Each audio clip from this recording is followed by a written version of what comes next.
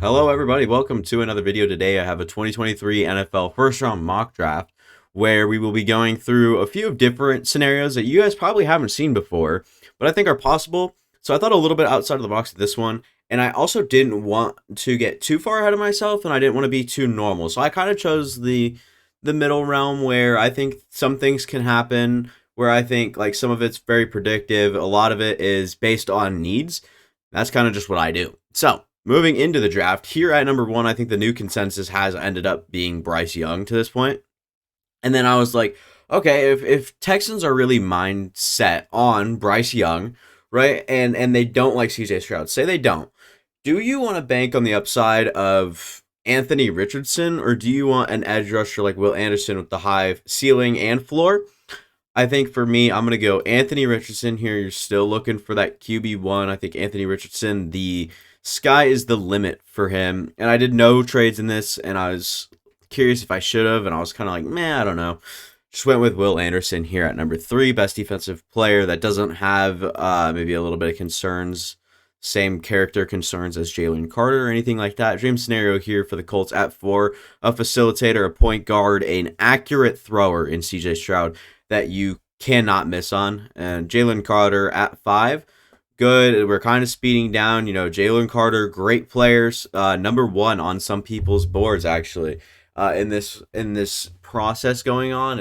And before he was questioned, and taken at the combine, not a whole lot of actually, like, a whole lot of people had him kind of neck and neck with Will Anderson, if not above Will Anderson most of the time. So majority of the time, Jalen Carter was actually in the ahead of Will Anderson in the conversations and whatnot. And then Will Anderson goes at number 3, and then just 2 picks later, Jalen Carter, due to a few character concerns that have popped up with him through the process. Here at number 6, I ended up, obviously traded away Jeff Okuda, opening up a slot up in the corner. A lot of people have Christian Gonzalez as their CB1. I'm not there yet. I'm with Devin Witherspoon at number 6, close to a blue chip talent in this class. And then at number 7, this is an interesting pick. I ended up actually doing something a little bit different here. I went Paris Johnson. They need tackle, not like desperately, but you definitely need it. And I think Paris Johnson is a very good player and can be for a long time. So Paris Johnson, kind of that Pro Bowl or All Pro ceiling, and should be good immediately. Obviously, we know what happened with Alex Leatherwood a few years back, so we won't look at that one. But at number 7, Paris Johnson, a good player for the spot. At number 8, I wouldn't say dream scenario, but Tyree Wilson should go around in this range here between these 3 teams. I could see it happening. If he falls to Tennessee, sure, there's a chance. So I just ended up going Tyree Wilson, the big, toolsy athlete, monster beast, like crazy player. A lot to like with him, and I think the floor is, I've heard this phrase, he just kind of ends up sleepwalking into production, and I like that just because of how freaky he is. So at number 8, Tyree Wilson is a great pick. And then here at number 9, Peter Skoronski is my pick. Versatile lineman, you already have a few of those, whether it's on the interior outside. So you want to kick Tevin Jenkins back inside, move Peter Skoronski outside, or you could keep Tevin Jenkins on the left side or right side.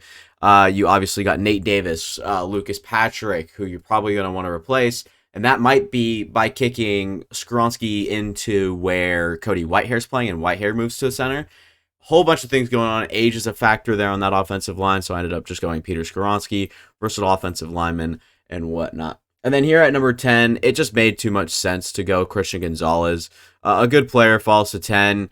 I don't like the way that the rest of the board played out. Sure, Jackson Smith and Jigba is in play. Sure, Van Ness and Murphy are right here, but ended up just going Christian Gonzalez because he'll still be a very good player, especially if he can, sit and learn behind Slay and Bradbury. So should be an interesting, career path if he goes at number 10. At number 11, this one was a little bit different for me. For me, it was between these 2 right here, Will Levis and Jackson Smith and Jigba. 2 really quality players, right? And Jackson Smith and Jigba, how do I say this? He's going to be a good NFL player. He's going to translate immediately. The way that he plays will translate into the slot in the NFL any day. Will Levis, you're banking on his arm talent. You're banking on the 2022 or 2021 season, whichever one was better. I think it was the 2022 tape versus the 2023. So Will Levis tape, you got to bank on that, the good stuff. And then you've also got to make sure he doesn't have to start right away. Tannehill can still hold that. And if you're confident in Tannehill's ability to start right away and for the year, well, Will Levis might see the field twice this season or whatever it could be. I think Will Levis is the pick. I'm going to go Will Levis. At number 11, you obviously have been in contention for that division lead in years past, and you don't hope that much changes. Obviously, after an injury-riddled season, you had a little off one, so you're down a little bit further. Maybe you can get the quarterback of the future. I think they are completely out on Malik Willis, apparently, based on what I'm hearing.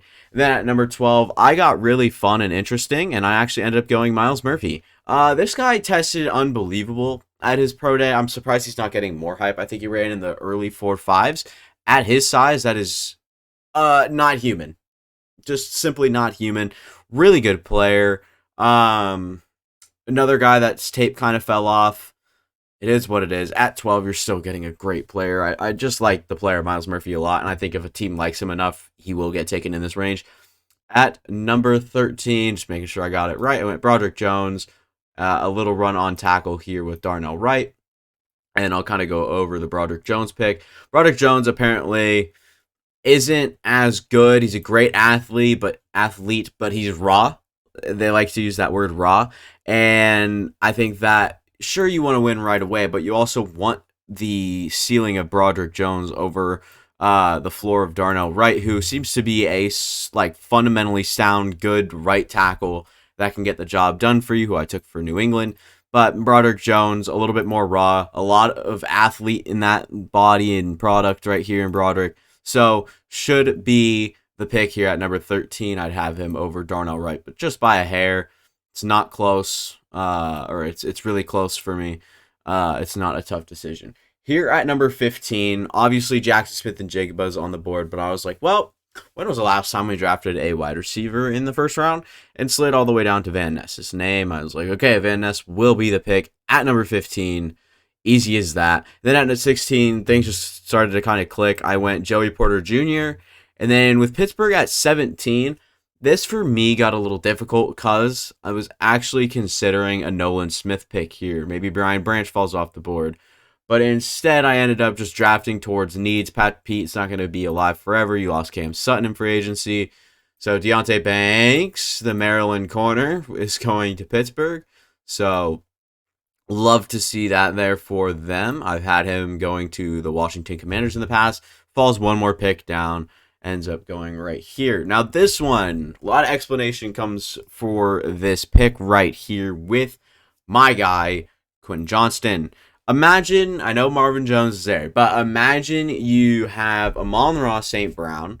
Imagine you have Jameson Williams on the outside, like I said, with Amon-Ra St. Brown kicking inside, whatever it could be, and Quentin Johnston on the opposite side of Jameson Williams with Marvin Jones this season as kind of a fourth option, along with, obviously you have the other guys, Khalif Raymond and Quintez Cephas. I don't know if Cephas is actually still there. I could be wrong with that, but bottom line is you're getting a great talent to help your offense and to help score points, and that's really the objective of NFL offenses right now. And at this point, it's score points, and that definitely helps Quentin Johnston on roster. I think this is the highest I've ever taken him. I'm not high on him, but I like it way too much at 18 to pass up. Seen it recently, thought it was a great idea. Saw it a while ago, still thought it was a great idea. Nolan Smith at number 19. Holy, I gotta stop doing that. Nolan Smith at number 19. Fun pick, really high ceiling. Has a chance to kind of develop during this Tampa Bay rebuild, I guess. I just like the pick way too much. Jackson Smith-Njigba falls all the way down. Easiest pick. They are running and sprinting that pick in for sure. Things just started rolling. I got Bijan Robinson. Eckler is going to be done after the season with the Chargers. It almost looks like for sure. And then at number 22, this is where I had to get creative. You just got OBJ. Not saying you don't need receiver anymore, because Devin Duvernay is a really good third slot, fourth guy, if that makes any sense. But you could definitely get it later. You don't have a whole lot of picks in this draft, so I actually ended up going Cam Smith. Borderline bad pick, for sure. But you're going to reach for needs. And if anyone wants to come up, say the Rams want to come up for, Brian Branch or whoever, whatever it is, I think they could.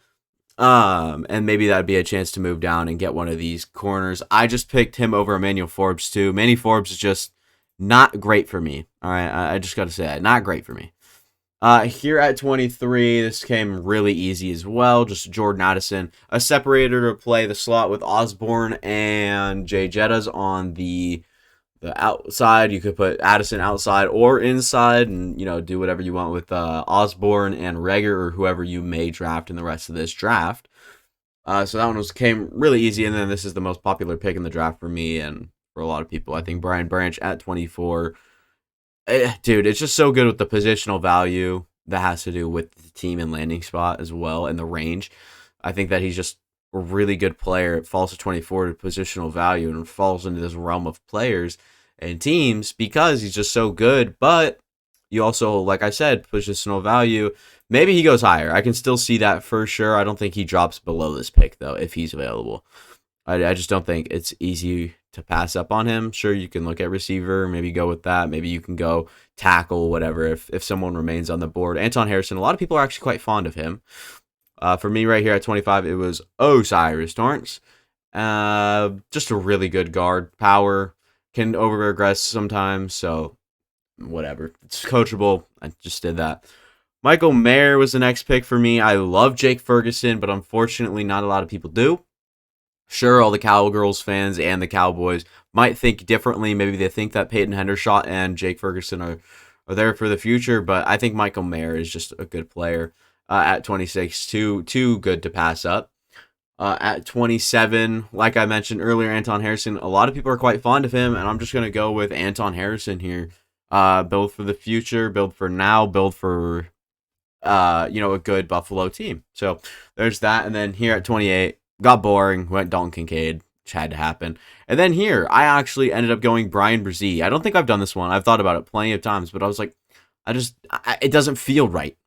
But Brian Brzee is now a Saint. And then at the spot, Kalijah Cansey at number 30. The fall of Kalijah Cansey ends, goes off the board right there. And then I actually took BJ Ojulari, who's more of the speed finesse type rusher, to be on the other side of power and just all around just strength of Karlaftis, just to be on the other side of him and kind of two different best of two worlds on both sides. So BJ Ojulari is the pick at 31 to complement your other edge rusher, George Karlaftis, the Greek freak.